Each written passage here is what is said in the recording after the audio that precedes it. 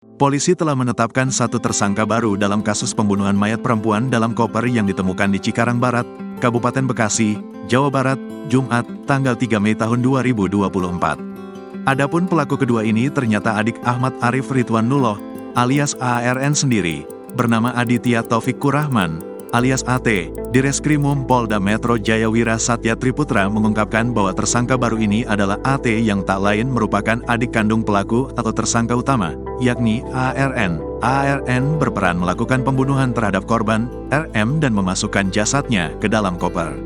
Sementara peran AT membantu sang kakak membuang koper yang berisi mayat Rini Mariani di Cikarang Barat, Kabupaten Bekasi.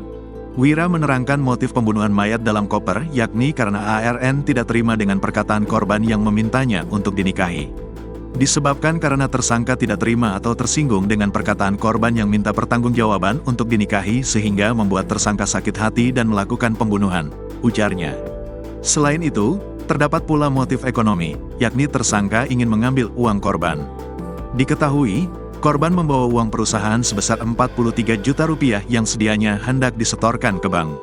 Sejauh ini, penyidik telah mengumpulkan sejumlah barang bukti, yakni visum et repertum dari RS Kramat Jati, bukti digital berupa rekaman CCTV, koper hitam merek Presiden dengan gagang yang masih ada plastik, satu setel pakaian korban, satu unit mobil Avanza putih bernopol B1009 JVJ, dan uang tunai 36 juta rupiah dari tersangka ARN lalu, satu buah buku rekening atas nama Eni Musrifah, satu motor Scoopy bernopol D2991 ABM, satu kartu akses masuk hotel di kamar 121, serta satu setel pakaian tersangka.